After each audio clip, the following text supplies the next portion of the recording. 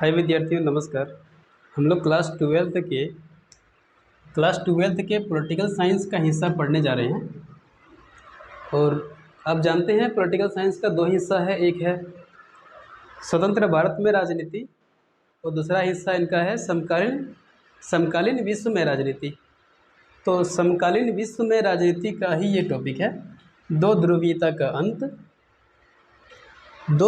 का अंत ये शुरुआत टॉपिक है। इससे पहले मैंने एक वीडियो बनाया था जिसमें शीत युद्ध के बारे में आपको बताए थे। शीत युद्ध इससे काफ़ी मिला जुला है। और कोई भी घटना होती है तो उसकी शुरुआत कोई निश्चित घटना को नहीं मान सकते, क्योंकि कोई भी घटना होता है उसके पहले कोई न कोई घटना होता है जो उसका आधार होता है। इसलिए कोई भी घटना की शुरुआत नहीं होता है।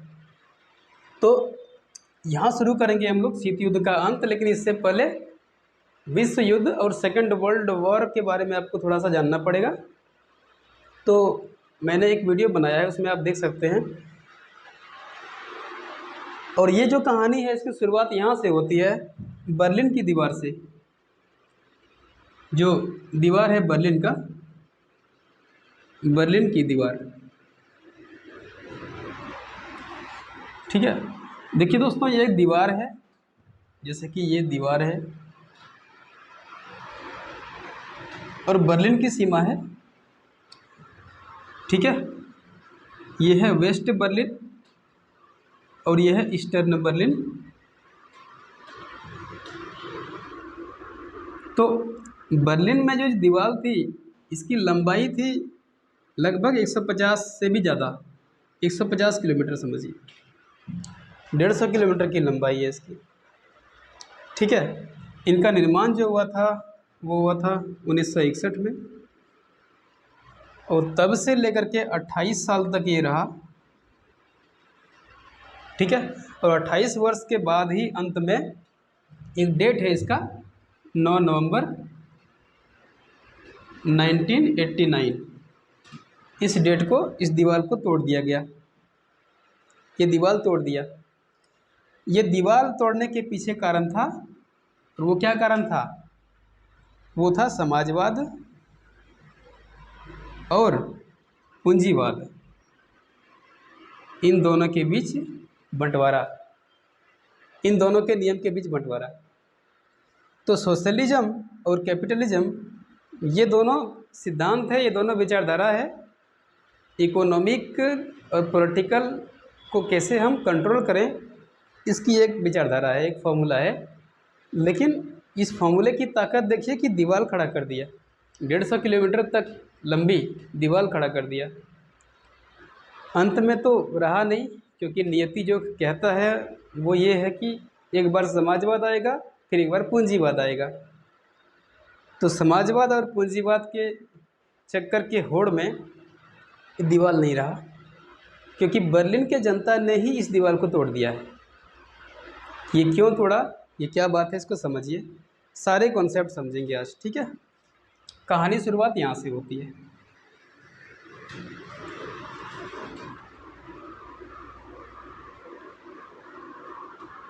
अब यहाँ पे समझिए कि दीवार क्यों तोड़ा गया।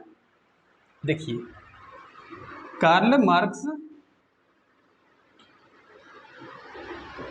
ठीक है, इसने एक किताब लिखे थे, इनका नाम है दास कैपिटल।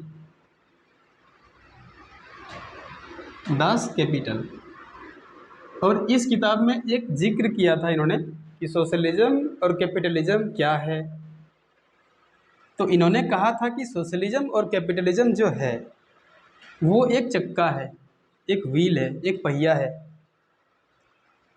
ना। जैसे पहिया में कोई केंद्र बिंदु होता है और बाकी सर्कल होते हैं, उनकी परिधि होती है। तो दास कैपिटल ये कहते हैं कि इसको दो हिस्सा कर दें आप, और दो हिस्सा में से एक हिस्सा को मान लीजिए कि ये पूंजीवाद है, ठीक है, आधा हिस्सा पूंजीवाद और दूसरा हिस्सा समझिए समाजवाद।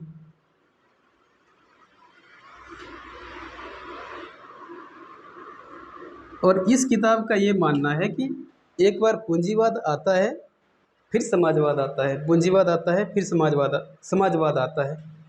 मतलब अगर ये पहिया चलते जाएगा तो एक बार पूंजीवाद आएगा ऊपर, तब समाजवाद नीचे आ जाएगा, और जब पहिया की अवस्था यहाँ पे होगी तो समाजवाद ऊपर हो जाएगा, यहाँ पे समाजवाद आ जाएगा और पूंजीवाद नीचे आ जाएगी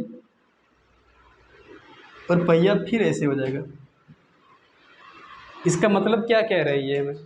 ये हमें बता रहे हैं कि किसी भी देश में जो प्रशासनिक व्यवस्था होता है या जो आर्थिक आधार होता है, उसका जो मूल है या पूंजीवाद या समाजवाद, दो ही होगा, और दोनों को मिला दे तो मिक्स इकोनॉमी कहलाएगा, मिश्रित कहलाएगा।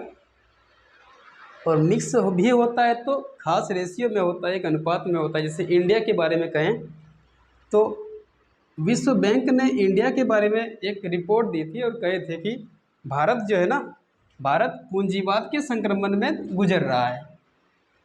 और उनका ये कहना था कि भारत में जो प्रशासनिक व्यवस्था है और जो इकोसिस्टम है यहाँ का, उसमें से 85% जो है वो पूंजीवाद में आ चुका है, ठीक है। 15% सोशलिज्म में है, समाजवाद में है। अभी सब कुछ समझेंगे पूंजीवाद समाजवाद क्या है।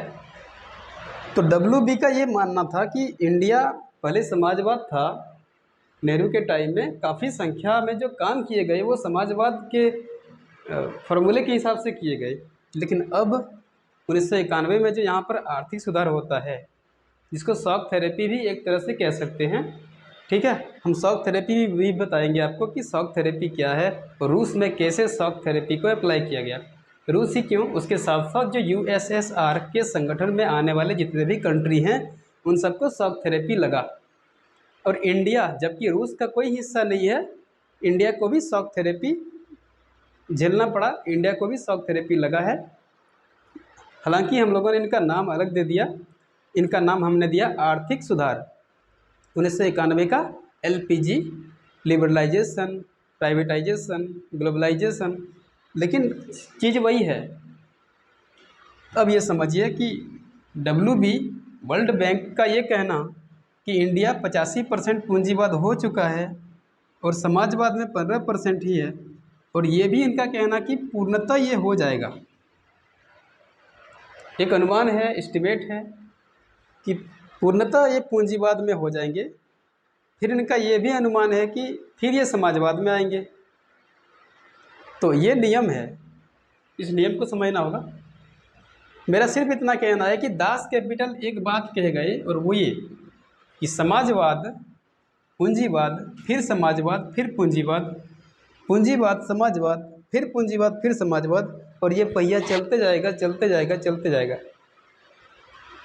तो सेम कहानी हम लोग रूस में देखेंगे, सेम कहानी इंडिया में हुआ, और वही कहानी अमेरिका में हो रहा है, चीन में हो रहा है। तो इनकी चर्चा हम लोग करेंगे,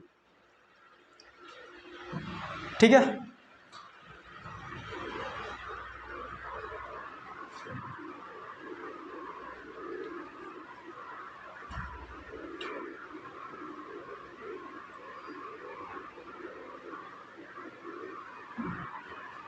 अब ये समझना है सोवियत प्रणाली है क्या।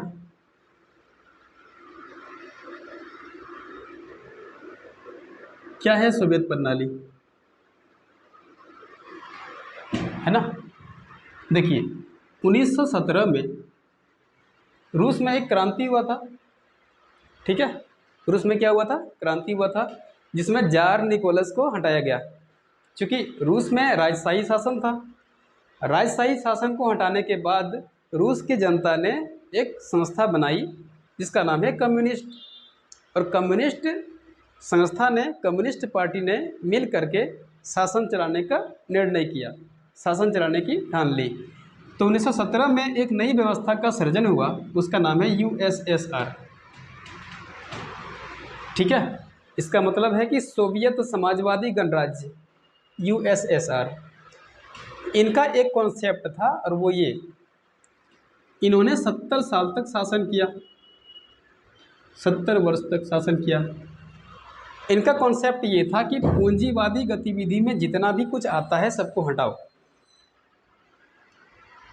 पूंजीवाद में आने वाले जितना भी तत्व है सबको हटाओ, सबे हटाओ। और हटाने की ही प्रोसेस ही समाजवाद कहलाता है। अब पूंजीवाद में क्या क्या आता है? पूंजीवाद में आता है मुक्त व्यापार, ठीक है, और पूंजीवाद आता है निजीकरण, निजीकरण। इसमें आता है ओपन मार्केट इकोनॉमी,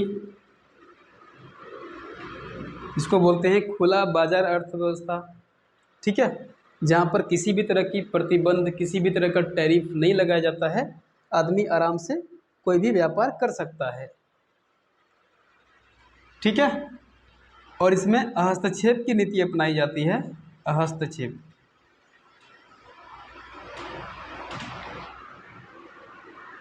और यूएसएसआर ने क्या किए कि पूंजीवाद को हटाओ, उन्होंने हटाने की बात कही, तो इनका ये भी कहना था कि जितना भी निजी या प्राइवेट संस्थान हैं इन सबको हटा के सार्वजनिक संस्थान में परिवर्तन कर दिया जाए, सार्वजनिक संस्थान, ठीक है, सार्वजनिक संस्थान में। जैसे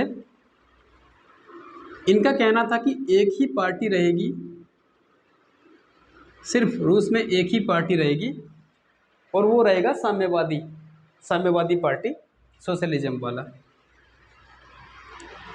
साम्यवाद की पार्टी, ठीक है। और इस पार्टी में किसी विपक्ष का हाथ नहीं रहेगा, कोई भी बाहरी व्यक्ति इसमें प्रवेश नहीं कर सकता है। साम्यवादी पार्टी और सोशलिज्म पार्टी का एक ही कॉन्सेप्ट है कि इस पार्टी की जो संस्था है वही इसका निर्णायक होगा, वही इस पार्टी का संचालक होगा, और राज्य की बाजार में जितने भी गतिविधि होंगे, उत्पादन से लेकर के सप्लाई तक, ये सारे काम कौन करेंगे? साम्यवादी की पार्टी। मतलब बाजार में सरकार का हस्तक्षेप होगा, बाजार में बाजार का हस्तक्षेप नहीं होगा। इसका मतलब है कि वस्तुओं की सप्लाई, वस्तुओं का उत्पादन, वस्तुओं की डिमांड और उसमें रेट फिक्सिंग करना, ये सरकार का काम होगा, किसी प्राइवेट व्यक्ति का काम नहीं होगा। और इस प्रकार इन्होंने क्या किया, उत्पादन के जितने भी साधन हैं, उत्पादन के साधन, इन सबको सार्वजनिक क्षेत्र में रख लिया, इनकी सरकार के नियंत्रण में रखा, ठीक है। और जो यूएसएसआर के अंतर्गत आने वाले लोग हैं उनको बहुत तरह की सुविधाएं दी गई, जैसे कि शिक्षा हो, उनको दिया गया, और शिक्षा में अपने हिसाब से दिया गया। एक शिक्षा होती है ना लिबरल, उदार, जिसमें शिक्षा को ही जेन्युइन शिक्षा कह सकते हैं। अब ये अध्यारोपित शिक्षा है जहाँ पर उतनी फ्रीडम नहीं मिलती है, क्योंकि साम्यवादी शासन की एक कॉन्सेप्ट ये भी है कि वो अपने ढंग से रूल और लॉ और प्रशासन चलाए। इनका मानना है कि जो हमारी प्रणाली होगी उसी प्रणाली में रह करके आपको शिक्षा मिलेगी। जैसे अभिव्यक्ति की आज़ादी ख़त्म करना, राइट टू स्पीच, ये ख़त्म। अब ये क्या कहता है कि जहाँ भी सोशलिज्म रहेगा वहाँ पर सरकार के खिलाफ आप कुछ नहीं कह सकते। इसलिए आप देखेंगे कि बर्लिन की दीवार जो गिराया गया था वो बड़ा संगठन बना करके गिराया गया था। व्यक्ति ने बहुत सारे प्रयास किए, कई सारे संगठनों की एक मुश्त जोड़ है, तब जा कर के वो बर्लिन की दीवार को गिराया गया। इससे पहले लोगों की अभिव्यक्ति की आज़ादी ही छीन लिया गया था, वो कुछ बोल ही नहीं पा रहे थे। सरकार के खिलाफ जरा सा भी आप बोलते कि आपके खिलाफ तुरंत एक्शन लेता, जैसे चीन में हो रहा है। अभी चीन में भी कम्युनिस्ट है, वहाँ पर भी साम्यवाद है, और चाइना की जो जनता है उनको उतनी अभिव्यक्ति की आज़ादी नहीं मिला है, उतनी सूचना की आज़ादी नहीं मिला है।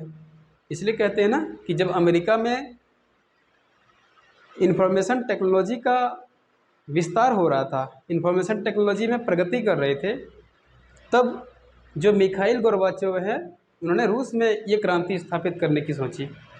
रूसी जनता जब अमेरिका की तरफ देख रहे थे कि वो आईटी की दुनिया में बहुत आगे बढ़ रहा है, तब जाकर के जो यूएसएसआर के यानी कि रूस के हाँ जो प्रशासक हैं उनको बताया कि यार आप क्या कर रहे हो, अमेरिका इतना आगे बढ़ रहा है, आईटी क्रांति हो रहा है, वहाँ पे आईटी रेवोल्यूशन हो गया है, टेलीविज़न, रेडियो, फ़ोन, है ना, चिप, ये सारे लैपटॉप, कंप्यूटर की दुनिया में बहुत आगे हो रहा है, और आप क्या कर रहे हो।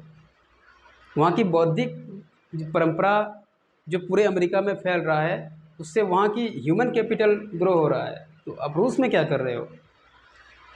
तो मिखाइल गोर्बाचोव की ये बात सूझी कि राइट टू स्पीच का कितना बड़ा रोल है। तो देखिए, शिक्षा में राइट टू स्पीच को हटा दिया गया था, ये कहना है। तो राइट टू स्पीच को हटाने के बाद जो शिक्षा मिलती है, अब क्या होगा बताइए। राइट टू इन्फॉर्मेशन को हटाने के बाद जो शिक्षा होती है वो क्या होगा, वो उतना ही होगा एक लिमिट में, बट लिबरल नहीं होगा, उदार नहीं होगा, क्योंकि रूस की शिक्षा व्यवस्था में 3-4 चीज़ें हटा दी गई। पहला, रूस के इतिहास में जितने भी बातें थी वो हटा दिए गए। इसका मतलब है कि हिस्ट्री को हटा दिया गया। अब रूस के बच्चे को वहाँ के सरकारी स्कूलों में हिस्ट्री नहीं पढ़ाई जाती थी। वहाँ पर जो रिलीजियन था, जो रिलीजियस था, धार्मिक या आध्यात्मिक ज्ञान, उनको नहीं दिया गया, उनको हटा दिया गया। वहाँ के जो साधु संत थे और जो ऋषि मुनि थे, जो मूल रूप से एजुकेशन दे रहे थे, उनको कत्ल कर दिया गया, उनकी हत्या कर दी गई। और ऐसे पुस्तकालय जो इतिहास या रिलीजियन को बताता हो, उनको नष्ट कर दिया गया। जैसे हमारे यहाँ नालंदा विश्वविद्यालय है ना, वैसे वहाँ पर नष्ट कर दिया गया। तो क्या रह गया वहाँ पर, साम्यवादी की शासन व्यवस्था, साम्यवादी प्रणाली, साम्यवाद जो चाहेगा वही कराएगा। तो एक शिक्षा व्यवस्था में इस तरह से ढांचा स्थापित किया गया रूस में कि सरकार ही अपने हिसाब से वहाँ शासन चला सके। ठीक है। अच्छा, वहाँ के संविधान को भी ख़त्म कर दिया गया, संविधान को जला के ख़त्म कर दिया गया। संविधान इनकी चल रही थी, कम्युनिज्म की, ये साम्यवादी वाली पार्टी की। तो 1917 में जो ये स्थापित हुआ यूएसएसआर, उनके पीछे ये सब मंतव्य था, ये सब वक्तव्य था। अब ऐसे करते करते 70 साल तक चलती है साम्यवादी शासन व्यवस्था। अब कोई भी शासन व्यवस्था में जहाँ बदलाव ना हो, समय के हिसाब से जहाँ पर परिवर्तन ना हो, तो वो शासन व्यवस्था टिक नहीं पाती है। और अगर टिकती है तो समझिए कि वहाँ की जो जनता है उनको शोषण करके, उनकी भावनाओं को उपेक्षित करके ही टिकी है, और टिकेगी भविष्य में भी तो जनता की भावनाओं को उपेक्षा करके ही टिकेगी। हाँ, सरकार की पॉलिसी के हिसाब से आगे हो जाएंगे, लेकिन वहाँ के जो लोग हैं, वहाँ की जो जनता है, पब्लिक, उनका पूर्णतः विकास नहीं होगा, उनकी बौद्धिक विकास नहीं होंगे, उनके आध्यात्मिक विकास नहीं होंगे, उनकी सामाजिक विकास नहीं होगा, उनका सांस्कृतिक विकास नहीं होगा, क्योंकि सरकार हर क्षेत्र में एक पकड़ बनाएगी, और वो पकड़ व्यक्तिगत रूप से वहाँ की जनता के विकास में अहितकर होगा, हित नहीं होगा। तो 1917 में साम्यवादी व्यवस्था अपनाई, और ये साम्यवादी व्यवस्था है। इससे दिक्कतें हुई, ठीक है, इससे बहुत बड़ी दिक्कतें हुई, और उसी दिक्कत का परिणाम था कि 1980 से लेकर 1990 के दशक में एक तरह की आर्थिक सुधार आई, शॉक थेरेपी आई। ठीक है, उस शॉक थेरेपी ने पूरी सिस्टम को बदल दिया, पूरी आर्थिक प्रणाली को बदल दिया, और रूस जो 2 ध्रुव में से एक ध्रुव बनता था, रूस हट गया। अब एक ही मात्र ध्रुव बचा है, one polar economy, one polar leadership, वो है अमेरिका। रूस का विघटन हो गया। तो यूएसएसआर की और सोवियत प्रणाली हम लोग समझ लिए। अब आगे बढ़ते हैं।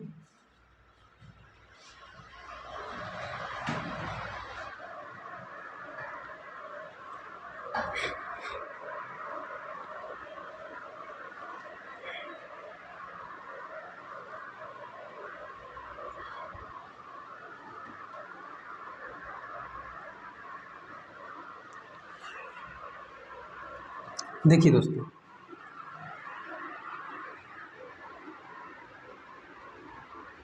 सोवियत प्रणाली के कार्य,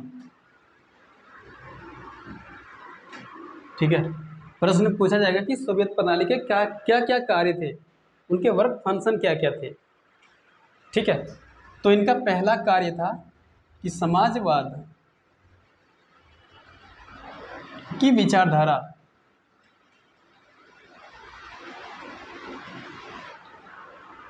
को फैलाना। कहाँ कहाँ फैलाएंगे समाजवाद की विचारधारा को, ठीक है, कैसे फैलाएंगे समाजवाद की विचारधारा को। तो एक बात ध्यान रखना है कि पूर्वी यूरोप में कुछ देश आते हैं, इसमें बाल्टिक राज्य आता है, ठीक है, जैसे जॉर्जिया हो गया, लिथुआनिया हो गया, ये सब। इसके साथ जो मध्य एशिया के देश आते हैं वो भी, मध्य एशिया, मध्य एशियन देश, ठीक है, जैसे किर्गिस्तान हो गया, कजाकिस्तान हो गया। तो इन दोनों देशों में से बाल्टिक राज्य वाले देशों की संख्या 8 थी, और मध्य एशियन जो है इनकी देशों की संख्या 4 की संख्या में थी, ठीक है। और बल्गारिया, लिथुआनिया, लातविया, इन सब देशों में कुल मिलाकर के 15 राज्य आ जाते हैं, और 15 राज्यों की संख्या को मिला करके एक यूएसएसआर की गठन होती है, जिसमें रूस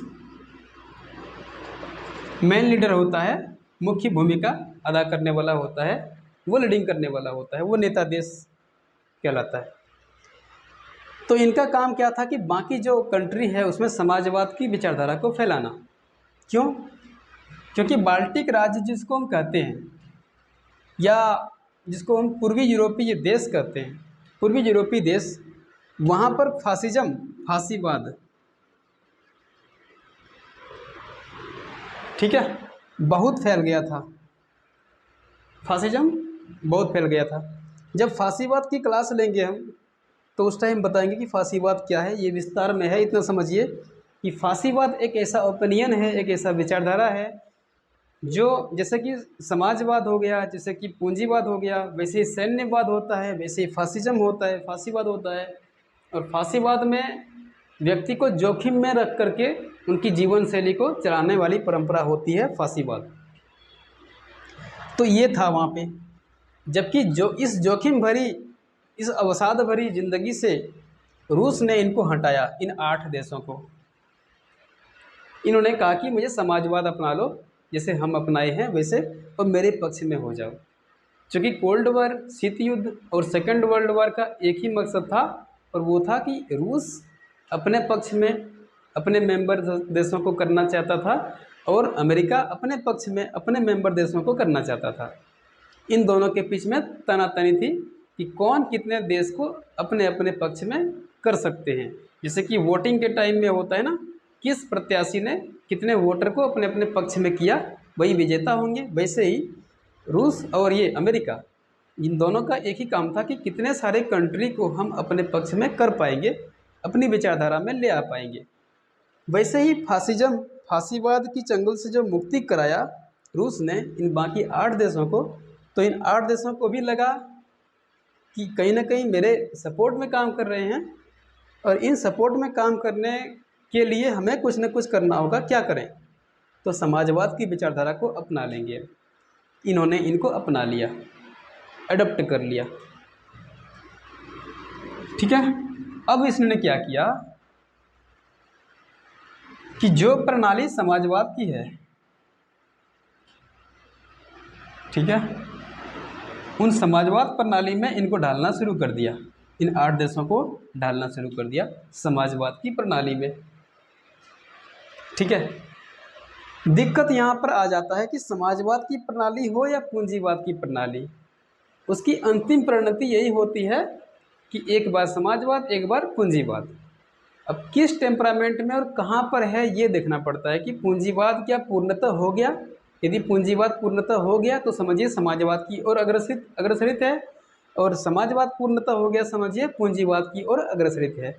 तो इन 8 देशों को जो समाजवाद वाली कॉन्सेप्ट दे दिया गया था, इन 8 देशों को 70 साल के बाद लग गया, अनुभव हो गया कि अब समाजवाद से कन्वर्ट करके हम पूंजीवाद में जाना चाहेंगे। ठीक है, क्योंकि समाजवादी व्यवस्था में एक गुण भी है तो कुछ अवगुण भी है। क्या अवगुण है, आइए इसको समझते हैं क्या अवगुण है।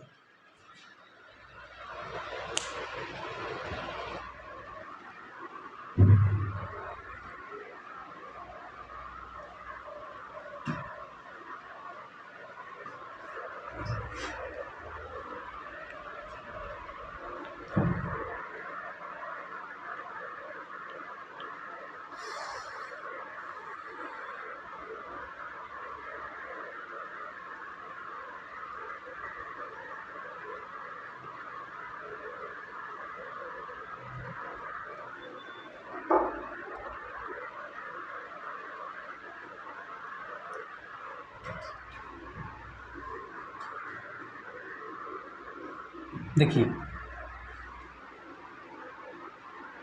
समाजवाद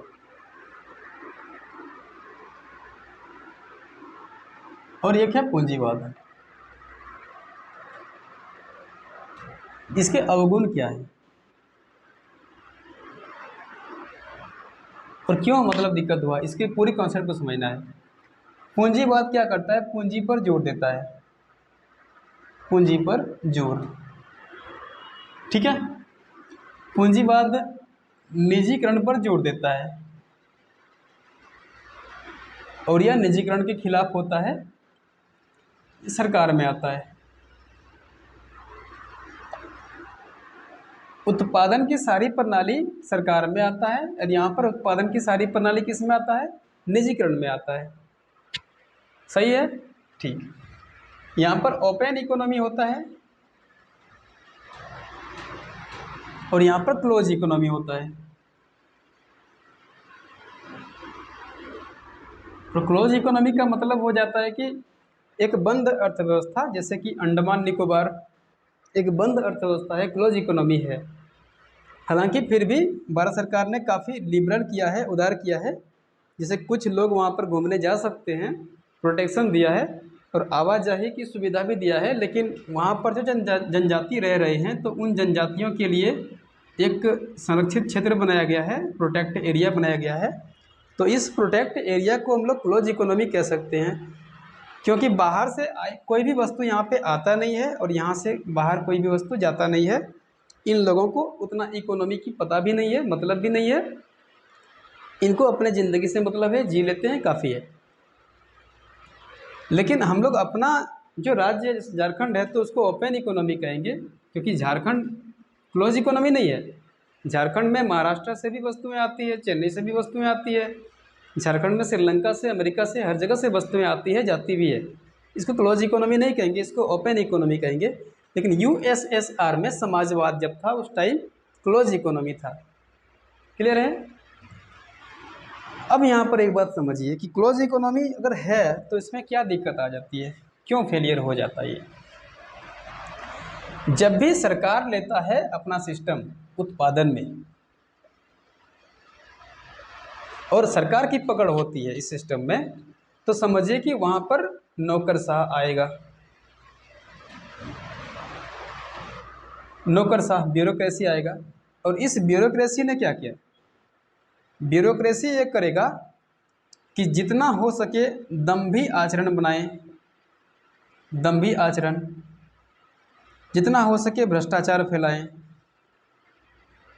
क्योंकि उत्पादन की अगर मशीनरी नौकरशाह के हाथ में आएगा तो यह व्यक्ति प्राइवेटाइजेशन की ओर उन्मुख हो जाएगा, ये खुद का सोचना शुरू हो जाएगा, खुद की संपत्ति बढ़ाने, एक तरफा संपत्ति का हस्तांतरण, अपना मिल्कियत बढ़ाने, इस तरह की बातें इसके दिमाग में आनी शुरू हो जाएगी।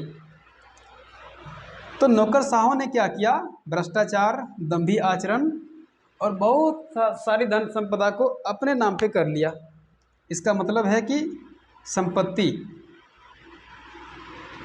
का भंडार, ये कर लिया नौकरशाह ने, वहाँ की ब्यूरोक्रेसी ने। अब जब भी ऐसा होता है तो जनता की दिक्कत होती है, जनता की दिक्कत होती है। क्योंकि इंडिया के कॉन्सेप्ट में आके एक बार देखिए, इंडिया में क्या होता है अभी। इंडिया में औसत आमदनी की अगर बात करी जाए तो औसत आमदनी ठीक ठाक दिखा रहा है, लेकिन यदि हम देखें कि क्या वो औसत आमदनी प्रत्येक व्यक्ति के लिए अप्लाइबल है, तो मिलेगा नहीं। क्योंकि यहाँ पर 5 रुपया 90% व्यक्ति के पास है और 95 रुपया उस 10% व्यक्ति के पास है। सोचिए, 5 रुपया 90% व्यक्ति के पास है, 95 रुपया 10% व्यक्ति के पास है। तो यहाँ पर अगर एवरेज निकाला जाए तो 100 रुपये हो जाता है, लेकिन बीच में जो व्यक्ति रह गए, क्या उन्हें संपत्ति का समान बंटवारा हो गया? नहीं, संपत्ति का असमान बंटवारा हो जाता है।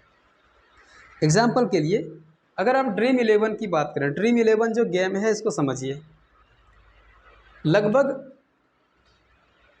लगभग इसमें 30 से लेकर 40 करोड़ व्यक्ति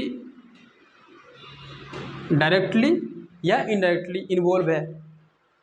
इसमें से 10 करोड़ तो खेलता ही है, 10 करोड़ व्यक्ति खेलते हैं। अब 10 करोड़ व्यक्ति में से करोड़पति कौन बनने वाले हैं? 11 बनेंगे, बाकी तो नहीं बनेंगे ना। तो इस रेशियो को देखिए कि संपत्ति का बंटवारा, असमान बंटवारा इस गेम ने ड्रीम 11 ने ले आया है। नेट मार्केटिंग की बात करेंगे तो नेट मार्केटिंग भी कहीं ना कहीं संपत्ति का बंटवारा एक किसी खास एरिया में ही फोकस करता है, वो बड़ी एरिया को छोड़ देता है। उसमें सबसे सिर्फ शीर्ष में आने वाले व्यक्ति ही लाभान्वित होंगे, इनका प्रॉफिट होगा। बाकी जो सबसे निचले स्तर में आने वाले लोग हैं, सामान्य जनरल कॉमन मैन या कॉमन पीपल, ये लाभान्वित नहीं होंगे। इनका बड़ा सा आमदनी और बड़ा सा रकम इनके पास चला गया, तो यहाँ पर भी आय का बंटवारा हो जाता है, संपत्ति का बंटवारा हो जाता है, इनका कमाया हुआ धन इनके पास चला जाता है। ड्रीम 11 में इतने व्यक्ति का लगाया हुआ धन इनके पास चला जाता है। वैसे ही हमारे यहाँ पर औसत आमदनी के हिसाब में देखा गया, प्रति व्यक्ति आय जो है उसमें समान बंटवारा सबका नहीं है। तो सेम चीज़ यहाँ पे हो गया। संपत्ति के बंटवारे के मामले में जनता चुक गए, जनता को बहुत हानि हुआ। तो कुछ लोग नौकरशाह में जो शामिल थे उनको ढेर सारे मुनाफा और बहुत सारे फायदे हुए, क्योंकि उत्पादन की अर्थव्यवस्था में नौकरशाह की पकड़ बढ़ गई थी। और यहाँ से होता है तनाव पैदा, यहाँ से दिक्कतें पैदा होती है, और गरीब गरीब बनते जा रहे होते हैं और अमीर अमीर बनते जा रहे होते हैं। अमीर का ग्राफ यूँ चल रहा है ऊपर, गरीब का ग्राफ यूँ चल रहा है नीचे। क्योंकि निजीकरण होगा तभी तो कोई गरीब प्रयास करेगा स्वयं की उन्नति करने में, स्वयं की प्रगति करने में। और निजीकरण के रास्ते में चलेंगे तो ही कोई गरीब गरीब नहीं रहेगा, गरीब अमीर जा सकता है, अमीरीपन की ओर जा सकता है, क्योंकि उनका खुद का स्किल, उनका खुद का जो कुशलता है वो कौशल अप्लाई करेगा इकोनॉमी में। यदि ओपन इकोनॉमी रहे तो, यदि खुला रहे तो, कोई भी अर्थव्यवस्था खुला रहेगा तभी तो आप अपनी स्किल का उपयोग कर पाएंगे। अच्छा, स्किल है भी कहाँ यहाँ पे? जब समाजवाद में right to information, right to education का जो मूल आधार है वही हटा दिया गया है, तो वहाँ पर शिक्षा भी कहाँ से रहेगा, राइट टू इन्फॉर्मेशन कहाँ से रहेगा, राइट टू स्किल, वो कुशलता अपनी कहाँ अप्लाई कर पाएंगे। इस तरह से क्या हो गया कि समाजवादी दुनिया में दिक्कतें आ गई। अच्छा, एक समस्या ये, और एक समस्या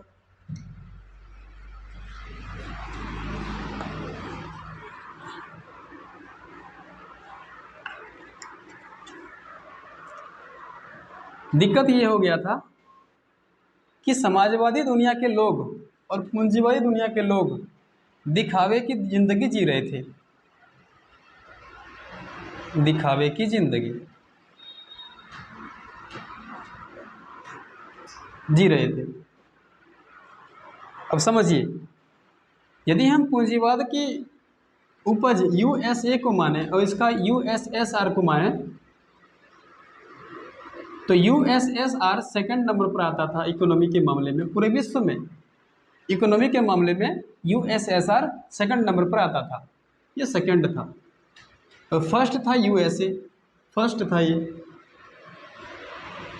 मतलब ये है कि यूएसए के पास ढेर सारी धन संपदा थी और यूएसएसआर के पास उतनी धन संपदा नहीं थी, लेकिन बाकी देश की तुलना में वो सेकंड नंबर पे था। इनके पास रोड ठीक था, कनेक्टिविटी ये भी ठीक था। इनके पास और सारी संस्थाएं थी, वो सब सही थे। संस्था ये भी लगभग सही था। उत्पादन के सारे नियंत्रण सरकार के हाथ में तो थे, फिर भी वहाँ की जो जनता है वो संतुष्ट थे, जनता संतुष्ट थे। किसके? यूएसएसआर के, है ना, थे, एक हद तक थे, संतुष्टि थे। लेकिन दिखावे की ज़िंदगी में जीने से क्या हो गया कि अमेरिका आगे बढ़ते गया और ये पीछे होते गया, यूएसएसआर पीछे होते गया। क्यों? क्योंकि जहाँ पर काम करना चाहिए था यूएसएसआर को, वहाँ पे इन्होंने काम ही नहीं किया। वो कौन सा काम था? वो था IT revolution and science tech, यहाँ पर काम करना चाहिए था। इस पर किसने काम किया? इस पर यूएसए ने काम किया, इस पर यूएसएसआर ने काम नहीं किया। क्यों? क्योंकि यूएसएसआर का ध्यान कहाँ पर था? इनका ध्यान था सैन्य में, सैन्य गतिविधि में।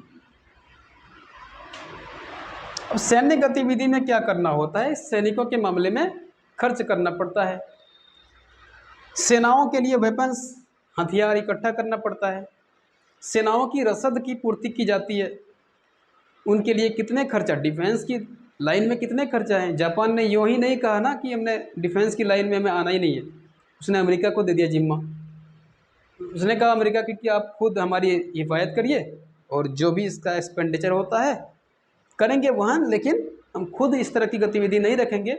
और जापानी मुल्क जो है वो समुद्र में एक टापू देश है, उनको उतनी दिक्कत नहीं होती, जैसे ब्रिटेन है वैसे जापान है ना, मेडागास्कर जैसे है, लक्षद्वीप आप देखिए, फिर मालदीव देखिए, इनको सुरक्षा के मामले में उतना डर भी नहीं है ना, वहाँ कम खर्चा में सुरक्षा व्यवस्था किया जा सकता है।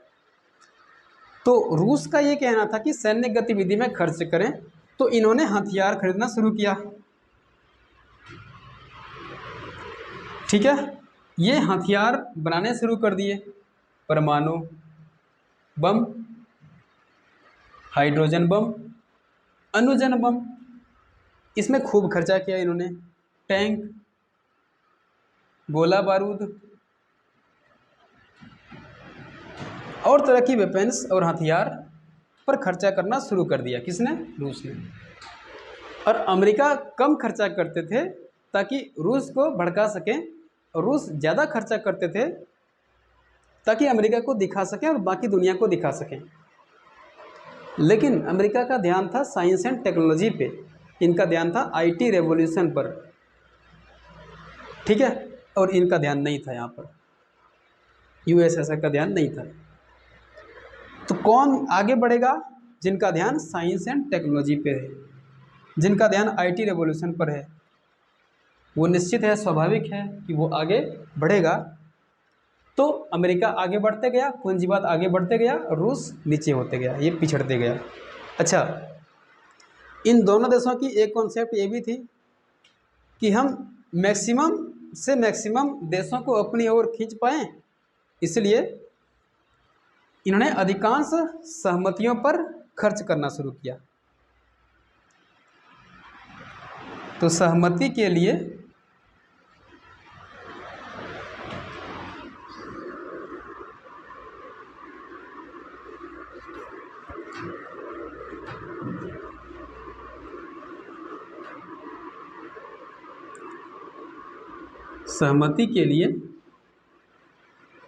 सदस्य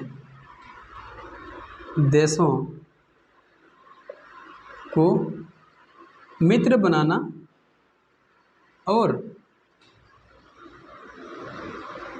उनकी खर्च में सहयोगी बनना। जैसे जो यूरोपीय पूर्वी यूरोप के देश हैं और जो मध्य एशियाई कंट्री है, वहाँ पर खूब खर्च किए इन्होंने।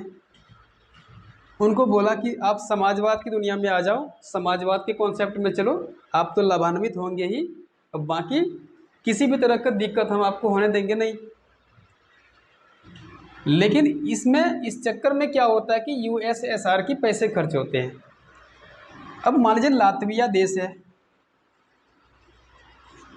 लातविया को यूएसएसआर रूस ने कहा कि हम आपको सैन्य सुरक्षा भी देंगे और बदले में बस आप मेरे समाजवाद के पक्ष में रहना। तो लातविया ने कहा कि ठीक है, हाँ चलते हैं, चलो सुरक्षा दिलाओ हमारी। रूस क्या कर गए, यहाँ पे सैनिक अड्डे लगाएंगे, ये सैनिक अड्डे लगा दिए।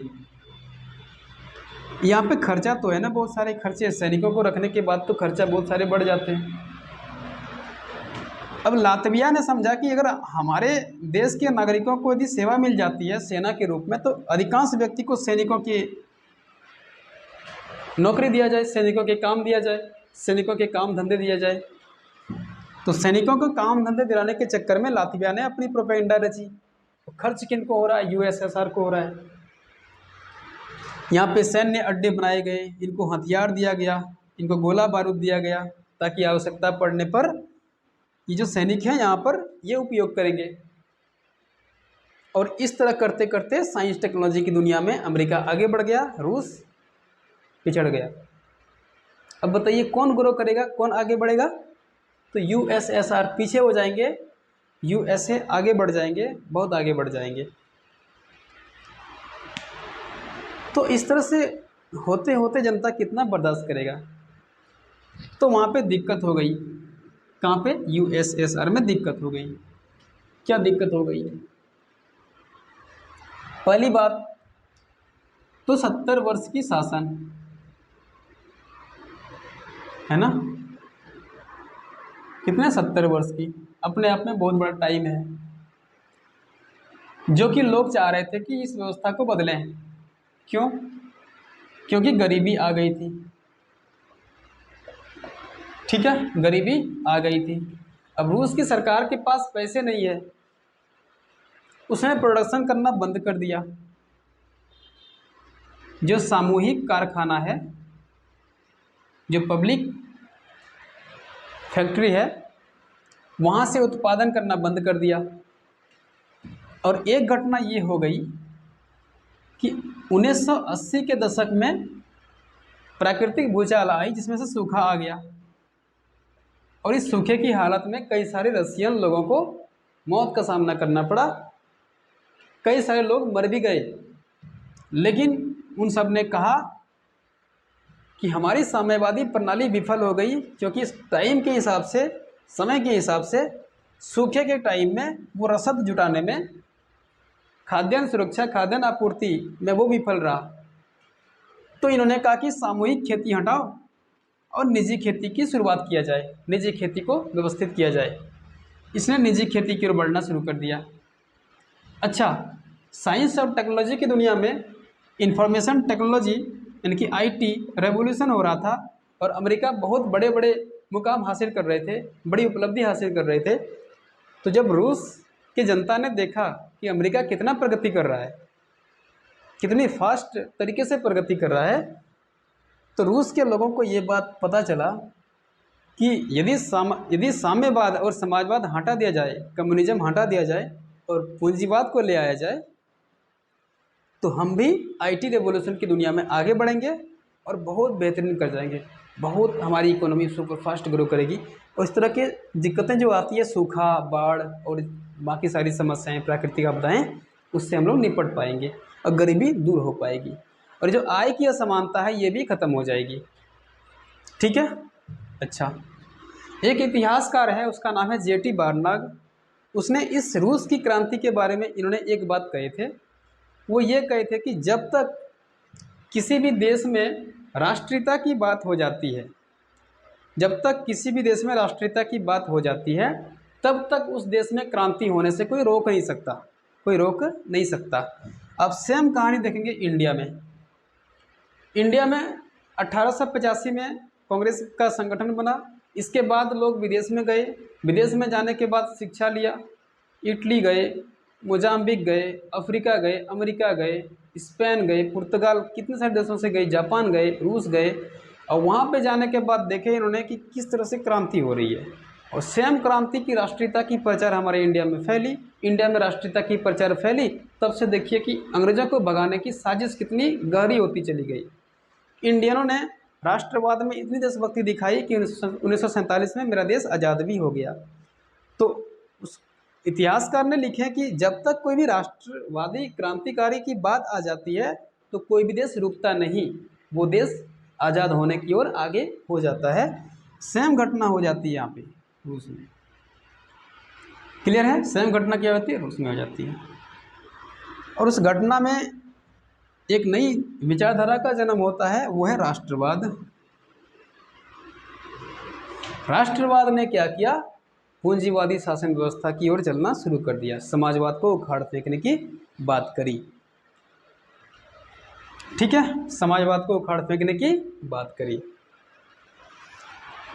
और जब सब देश ने देखा कि समाजवादी व्यवस्था विफल हो रहा है, विफल हो रहा है, ठीक है, समाजवादी व्यवस्था विफल हो रहा है, तो क्यों कोई जिम्मा लेगा अपनी विफलता का? क्यों कोई लेगा अपनी जिम्मा विफलता का? तो बाकी सारे जो कंट्री थे, जो यूएसएसआर का हिस्सा था, उसने बोला कि समाजवाद से अपना संबंध तोड़ो और पूंजीवाद से अपना संबंध जोड़ो, पूंजीवाद से नाता अपना जोड़ो। तो नाता जोड़ने की बात वहाँ पे चली आई और राष्ट्रवादी भावना भी कहीं ना कहीं चली आई। अब हो जाता है वहाँ पे डमाडोल, दिक्कत हो जाती है। और कहा जाता है कि 1989 का जो वर्ष था, मतलब वहाँ के जन जागरण की इतनी व्यापक पुरजोर समर्थन था कि 1989 का जो वर्ष था, यहाँ पर सब कोई शांत हो गया, आर्य पार की बात आ गई। इसका मतलब है कि पूंजीवाद में जाने की प्रगाढ़ता इतनी मजबूत हो गई कि अब और तब जाने वाला ही है। और सच में ऐसा हुआ कि 1989 में यह अपनी सबसे सर्वोत्तम बिंदु को पार कर चुका था, और 1990 में या 1991 में टोटली पूरा ऑल ओवर द वर्ल्ड, समझिए all over the world, capitalism की दुनिया में कूद पड़ा। ये कूद पड़ा, यहाँ पे कैपिटलिज्म की दुनिया में कूद पड़ा। और कूदने के बाद ही क्या होता है? आर्थिक सुधार हो जाता है, आर्थिक सुधार हो जाता है। क्योंकि दूसरी दुनिया के लोग जो थे, सेकेंड वर्ल्ड की जो लोग थे, उसने सबसे पहली बार इस क्रांति को की। सेकेंड वर्ल्ड में कौन थे? जैसे हमने कहा कि रूस ने 8 देशों को, 8 कौन देश? जो पूर्वी यूरोप के देश थे, उन देशों को फांसीवादी के चंगुल से मुक्ति कराया। तो उन फासिज्म के चंगुल से मुक्ति कराने में जो उनका कृपा पात्र बना, वो समाजवाद को अपना लिया था। और वही 8 देश दूसरी दुनिया के देश कहलाए, वो सेकंड वर्ल्ड के देश कहलाए। और सेकंड वर्ल्ड के देश ने ही सबसे बड़ी क्रांति की इन सब में। उन्होंने ही समाजवाद से छोड़ के पूंजीवाद में छलांग पहले लगाई। ठीक है, क्या हुआ? पहले लगाई छलांग। एक काम किया मिखाइल गोर्बाचेव ने, उसकी भी चर्चा करते हैं।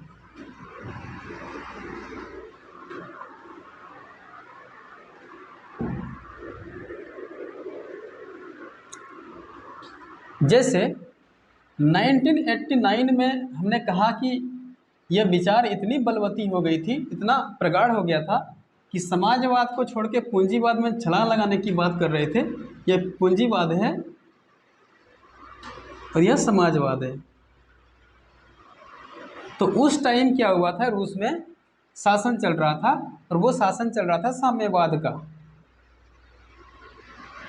साम्यवाद का, कम्युनिज्म का, साम्यवादी पार्टी की शासन चल रही थी।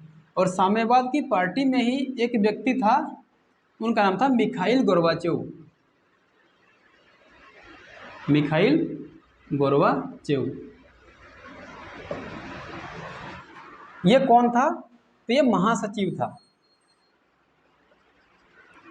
किसका? साम्यवादी पार्टी का महासचिव था। इनको ये बात समझ में आ गई कि जनता बगावत कर रहे हैं, जनता विद्रोह कर रहे हैं। क्यों कर रहे हैं? क्योंकि वो पिछड़ते जा रहे हैं।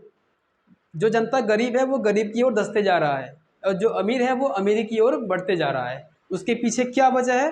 तो वजह है भ्रष्टाचार, वजह है वहाँ की नौकरशाही की धन लुलुपता। नौकरशाहों की एक तरह की लालच होती है धन को लेकर के, और वो लालच इतनी चरम सीमा पर पहुंच गई थी कि गरीब गरीब बनते जा रहा था और नौकरशाह अमीर अमीर बनते जा रहा था। तो मिखाइल गोर्बाचेव की बात ये समझ में आ गई। इन्होंने एक कॉन्सेप्ट दिया, वो कॉन्सेप्ट था WB, वर्ल्ड बैंक और IMF, इनकी बातों को मानना। ठीक है, मिखाइल गोर्बाचेव ने क्या किया? WB और IMF की बातें मानना शुरू किए। इनकी बातें क्या थी? तो इनकी बातें थी कि भैया रूस या USSR, आप पश्चिमी देशों के साथ अच्छे संबंध बनाओ। पश्चिमी देशों के साथ, ठीक है, क्या हुआ? अच्छे संबंध बनाने की बात कही। इन्होंने कहा कि समाजवादी लोकतंत्र के जगह पूंजीवादी लोकतंत्र को अपनाओ। पूंजीवादी लोकतंत्र अपनाने की बात कही रही थी। और विश्व बैंक और IMF ने और सारी बातें कही, जिनको हम लोग कहते हैं शॉक थेरेपी। Shock therapy,